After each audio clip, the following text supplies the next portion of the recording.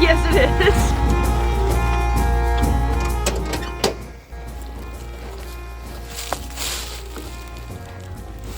Cleaned up the goat pen yesterday. It looks good out here.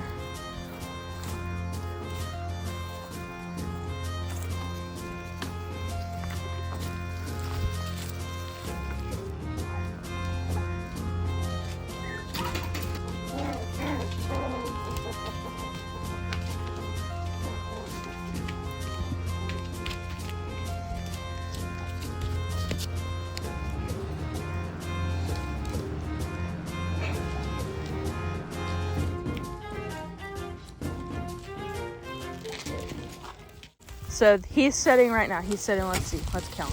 1, 2, 3, 4, 5, 6, yeah. So after this one's in, we're only 3 away. Wow, We got one here, one there, and one back off that way. So, but the biggest chore was this hauler. So he's gonna come straight across and back up, but it was gonna be too steep. So we decided to come up here, which added a post, because now we're gonna have to come through here and then down where we wanted to be and then over. So we're going to right there. We're going from there up to right here and then across the holler to that one over there and then back up. So we're kind of making like a little L shape. But it added a wood post and it'll add some wire and some T-posts. But to get through that with electric wire would have been a real pain. So we decided to come up higher where it wasn't so steep and be able to get rid of that. And then once the goats are in here and they eat all this down to bare ground, I can come in here and set these brush piles on fire and get rid of them. Lots of brush over here for sure. But it was also 8 degrees last night, so the ground's pretty hard and froze. So I don't know if we'll get this one in today, but we're starting on it.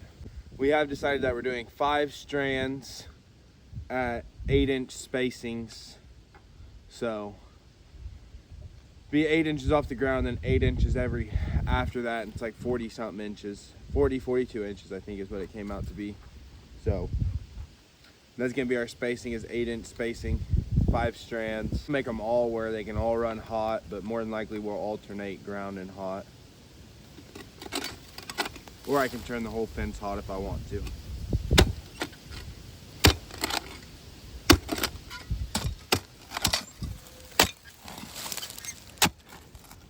That should be good. It's almost half the post length. About 40%. Stick your arm in it, all the way down. Okay.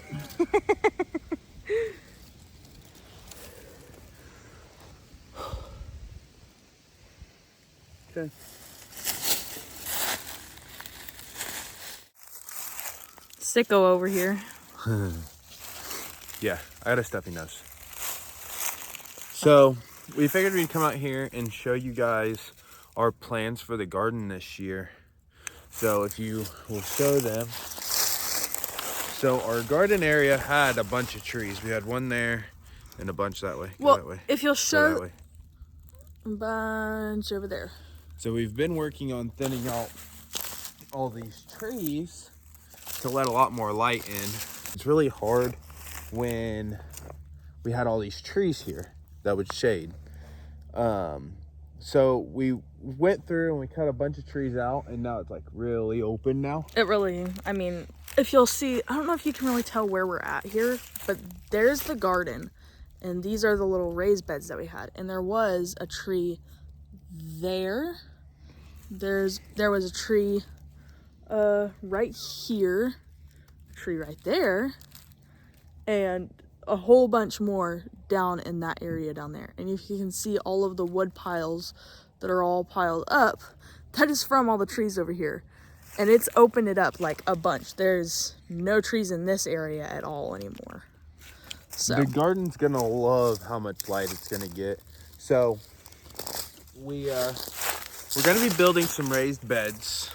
I know it's a controversial subject, but we're going to end up using pressure treated lumber. The pressure treated lumber now is deemed okay. The old pressure treated lumber, like pre 2004, I think, is not, or was not. But they changed everything now, where if they've done tests, if there is leaching, it's very minimal. So we're gonna go ahead and do raised beds out of pressure treated lumber. We're not too worried about it for our family or nothing. So right here, we're gonna do one of those horseshoe raised beds for Esther's herb. So this is her old herb bed, so it's gonna get taken out. That's a strawberry bed. We got to relocate it because we're gonna do 3 raised beds instead of lengthways down the hill. We're gonna put them vertically and staircase them down.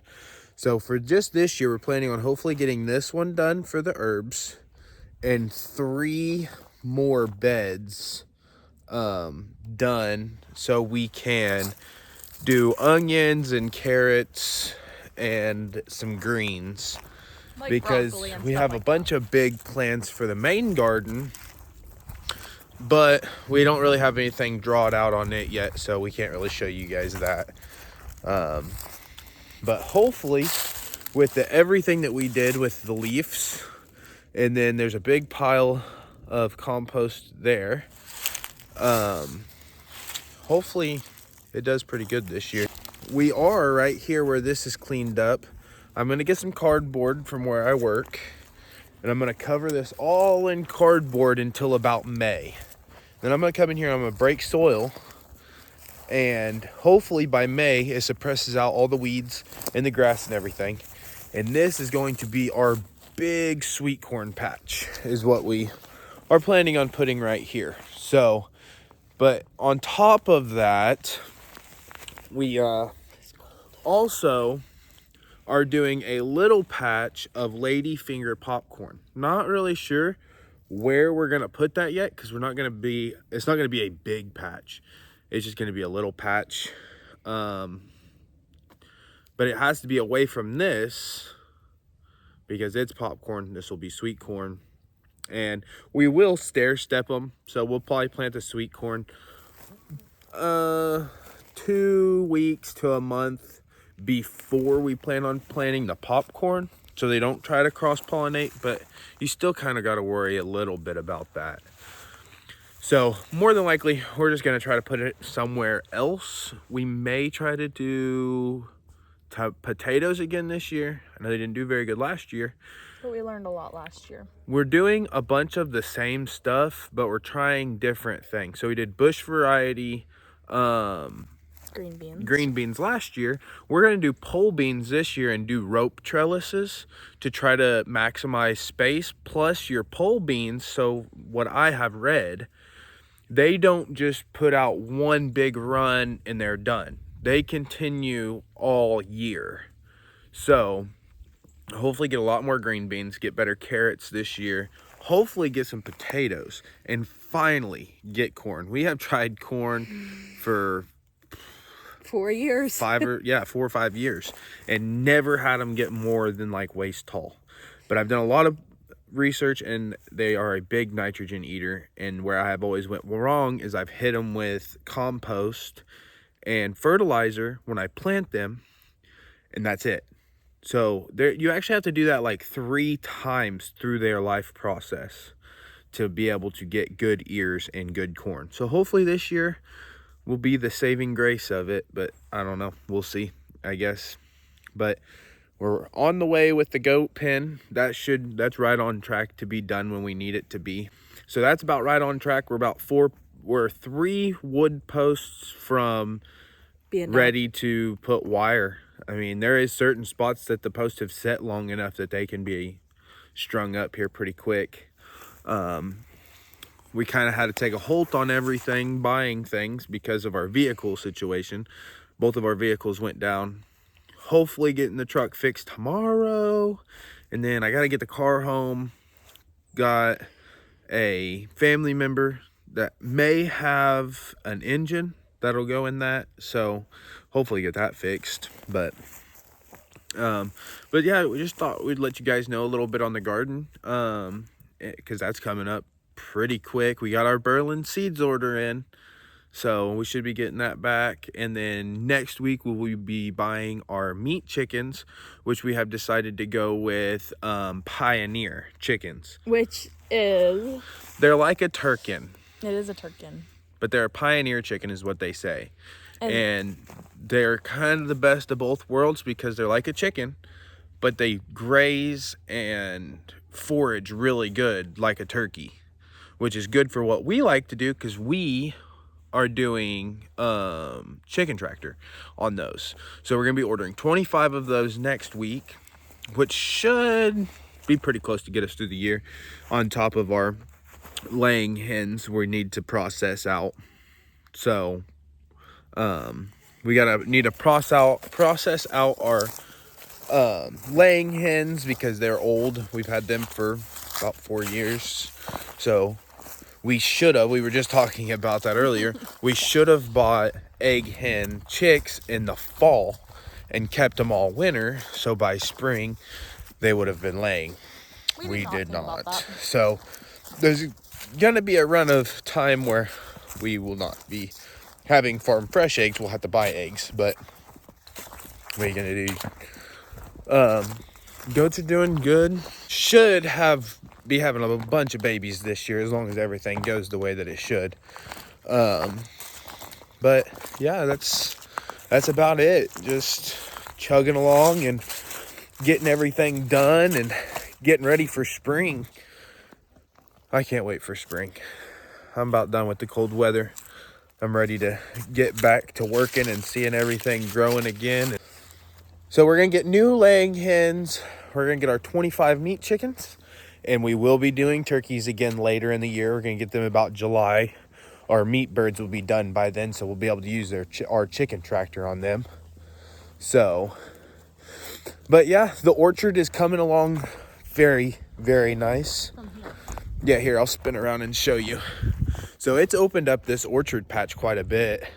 I don't know if we have any older videos with it, but I mean, there was a bunch of trees in there, and now it's just plumb open.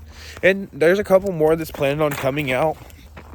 So, but I don't know if we're going to get started on it this year or if it'll be a next year thing. We do plan on getting fruit trees. Need to probably do some more research about that because I don't really know how many of each tree you have to have. I don't know if you can plant just one solo tree or if you need at least 2 for pollination. So that's just some research we're going to have to do. Hopefully our berry bushes actually come up this year. Last year we kind of got a late start on them, and I think most of them died. I know 2 are going to make it. Yeah, 2 of them made it. But 2 out of 4, that's 50%. I mean, that ain't great, so. But they were also just like from the store. They weren't like, from a trusted company. They were from Lowe's. Yeah. So I know like Berlin Seeds out of Ohio. That's where we get all of our stuff from nowadays. Now, yeah. We pretty much solely went to them. They're guaranteed. So if you're looking for fruit trees from them, give them a holler because they are guaranteed in their book is what it says. And that's a peace of mind for me. I don't know about all you guys, but for a company to say that they are guaranteed, and I'm pretty sure they will replace them if they do not grow, I believe is what it says in their book. Which they're an Amish-based company. Their prices are good. They ship out fast. Might give them a look. They'll send you a catalog in the mail. You go through. It's just a mail order catalog.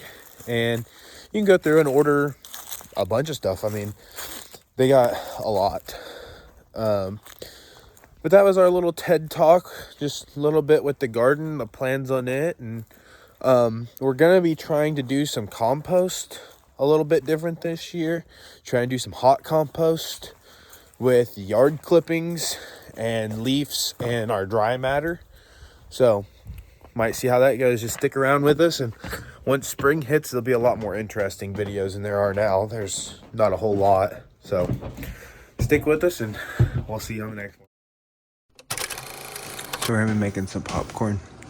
Thing is about us is we actually really enjoy popcorn as a snack, and we actually are planning on growing some ladyfinger popcorn this year, so we'll see how that goes. Little testers to see when your butter is ready. I don't know if Esther's ever made popcorn like this before.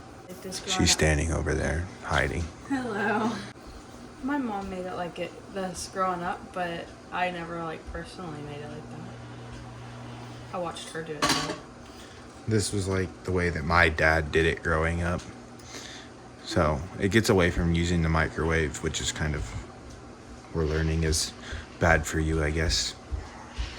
And, you know, like I said, we plan on growing popcorn. This is store-bought, but, I mean, it's still better than whatever they put in bagged, I guess. You never know when it's gonna go. Our oldest is currently pulling clothes out of the laundry basket, because that is his activity.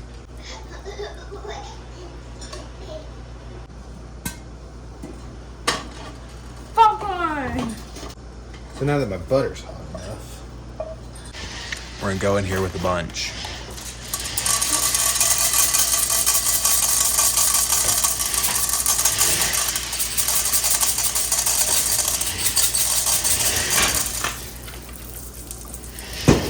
Here this is. Get them all coated real nice in butter. Hey, let them set. Once they start going, you gotta keep your pot moving, or they'll burn. Oh, did they go?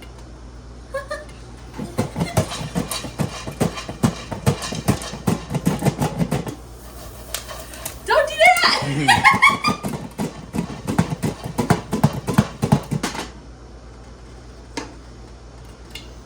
More popcorn.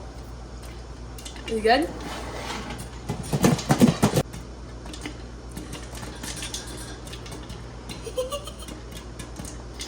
So the idea of shaking it is your kernels will settle towards the bottom and your light popcorn will raise the top so it doesn't burn.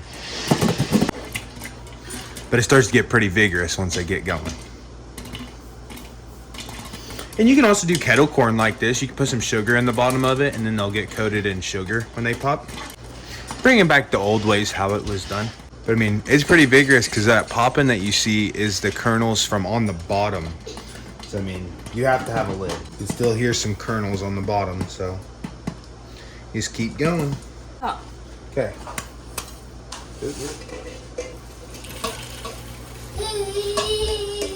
That's a lot of popcorn. We decided that we wanted fried squirrel legs for dinner tonight, so I'm gonna get out here and see if I can't find me a couple, cut up and fry up. I'll bring you along for the process.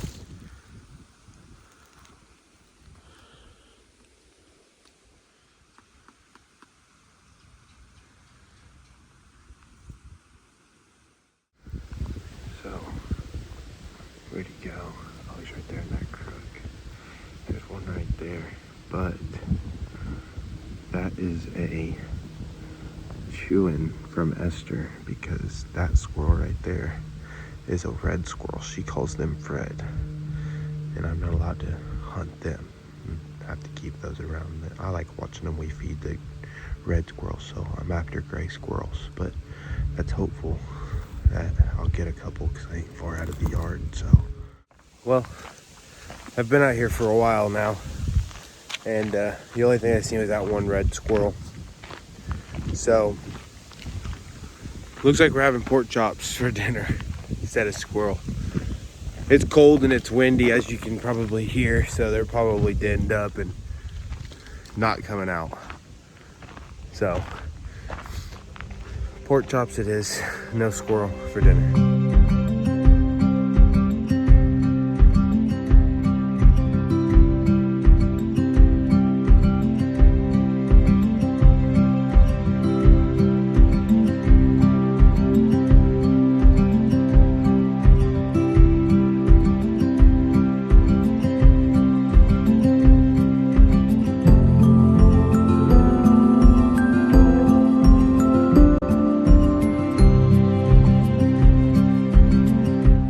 So you guys just now watched me cut up all this meat that we just now bought.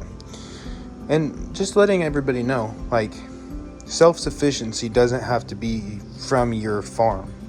Like, it's buying cuts of meat in bulk that, you know, everybody knows what a pork chop looks like, but there's a lot of people that's never seen that big loin.